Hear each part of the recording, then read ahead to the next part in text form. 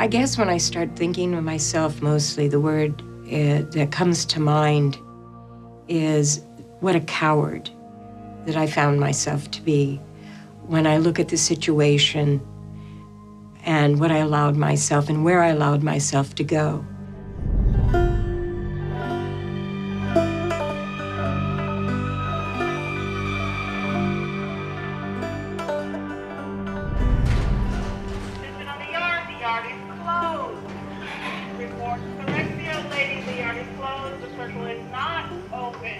The thing I try to remember sometimes is that what I am today is not what I was at 19.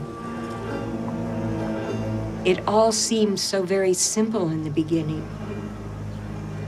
And I can only tell you, I have been with something that started only as one woman with one man that turned into one of the most disastrous, most horrendous, most abominable situations that could possibly come out of it.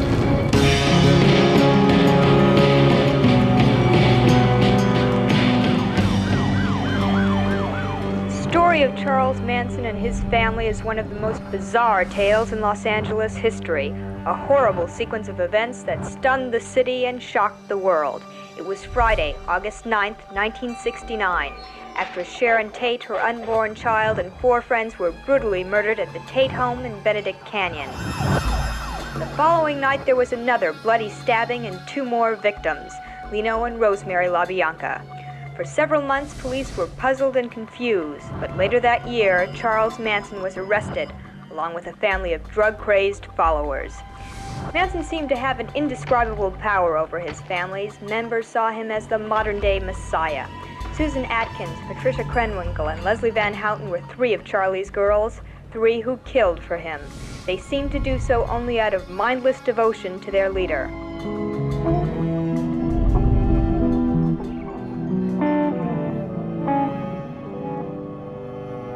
By the time I was in trial, by the time I was facing on charges, I just accepted everything that I had been told, and I gave up every little bit of me to that man who demanded every little bit of me. I didn't realize that I gave up the person I could have been.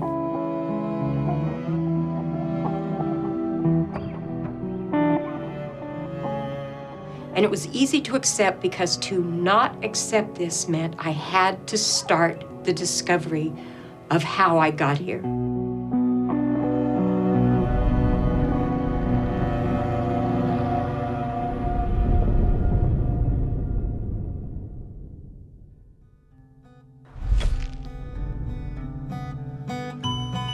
Where my background started is I was in a house where silence was golden by my parents. I had a sister who was 7 years older than I was, and she was deemed incorrigible probably by the time she was like 4 or 5 because she was a half-sister. And she ended up getting into drugs, and she had a child by 15. As I started to go to school, I never felt like I fitted in. I never had that sense of belonging. So I was watching the family fall apart and becoming closer to a sister that was on a road for her own destruction. And at that time, I was 18 years old, 19. I had started losing contact with friends and things, and I decided to drop out of college, and I went to live with my sister. And I was starting to drink, and I was using marijuana and hash and whatever my sister had around. I was looking for a way out, and I found myself thinking there has to be more, because I never had ever developed this sense of knowing who I was and where I was going and what I wanted to do. Because I wanted to please. I wanted to be loved. I wanted for the first time to feel safe. I wanted to feel like someone was going to care for me, because I hadn't felt that from anywhere else in my life. And in giving up and moving on with Manson was basically just throwing away the rest of my life.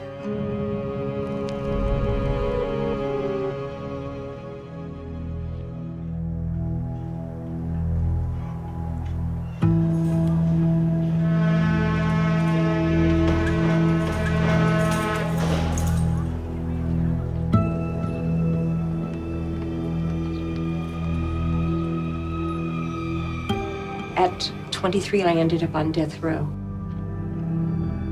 I was in a cell 23 hours a day. And it was, I think, at that point, more than ever, that all of a sudden, having been on death row and away from any influence of him, that I was going to have to make the decision of my life. And I would have to say that everything I had ever believed was now wrong. To do that was going to be the most difficult thing I'd ever done, because I would now have to be fully responsible for the damage, the wreckage, and the horror.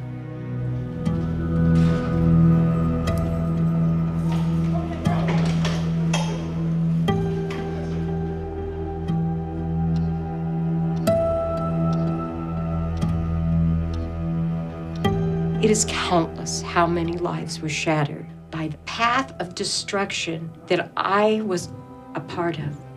And it all comes from just such a simple thing as just wanting to be loved. The saddest part is my definition of love was totally skewed. When you live in a situation like that, there is nothing that's ever going to come from it that is good. And it can only end up wrong.